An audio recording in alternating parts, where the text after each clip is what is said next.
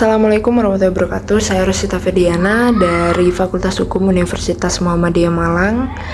Dan di sini saya akan menyampaikan beberapa isi materi yang sedang saya tempuh mata kuliah, yakni Hukum Tata Negara, biasa disingkat HTN 3 kalau dalam perkuliahan di kampus yang saya sedang tempuh.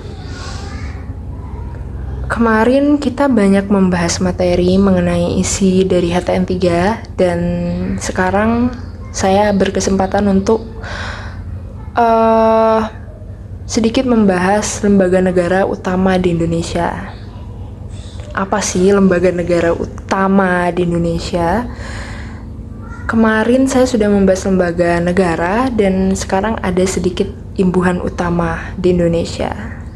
Yang pastinya apabila ada imbuhan utama, pasti ini adalah lembaga pusat, yakni institusi yang menjalankan fungsi-fungsi penting dalam sistem pemerintahan berdasarkan Undang-Undang Dasar 1945. Lembaga-lembaga ini dibagi ke 3 kelompok besar sesuai dengan teori pemisahan kekuasaan, yakni eksekutif, legislatif, dan yudikatif. Kita akan membahas lagi mengenai lembaga eksekutif. Lembaga eksekutif ini presiden dan wakil presiden memegang kekuasaan eksekutif dan bertanggung jawab atas pelaksanaan pemerintahan dan menjalankan undang-undang serta memimpin kabinet atau kita biasa sebutnya para menteri di pusat sana gitu.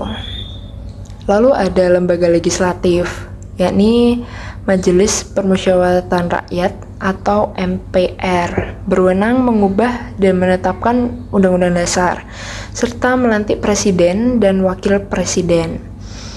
Lalu ada Dewan Perwakilan Rakyat atau biasa disingkat DPR, membuat undang-undang, menetapkan anggaran dan mengawasi jalannya pemerintahan yang sedang dijalankan oleh presiden gitu. Lalu ada kita mengerucut ke bawah ada DPD, yakni daerah, Dewan Perwakilan Daerah tepatnya, mewakili kepentingan daerah dalam membuat kebijakan nasional dan memberikan pertimbangan atas rancangan undang-undang tertentu dalam lingkup daerah, seperti itu. Jadi ada DPD ya teman-teman. Lalu ada lembaga yudikatif yang materi sebelumnya kita sampaikan. Itu lembaga yudikatif ini di dalam lingkup hukum gitu. Lembaga yudikatif ini penegak hukum. Pertama ada Mahkamah Agung atau MA, memegang kekuasaan kehakiman. Tentu kita karena yudikatif adalah di lingkup hukum, tentu tidak asing dengan kehakiman. Mengawasi peradilan di bawahnya dan memutus kasasi. Lalu di bawah MA ada MK.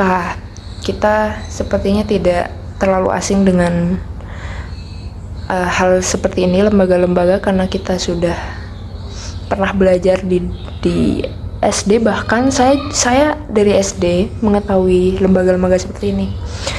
Ada Mahkamah Konstitusi, yakni MK, menyelesaikan sengketa konstitusi, menguji undang-undang dan membubarkan partai politik jika diperlukan gitu. Jadi dalam membubarkan beberapa partai politik ini adalah tugas dari MK. Lalu ada yang terakhir KY, Komisi Yudisial, mengawasi perilaku hakim dan menjaga independensi peradilan. Oke. Jadi segitu aja yang bisa saya sampaikan di dalam pembahasan materi kali ini. Kita akan berlanjut ke materi selanjutnya. Bye bye.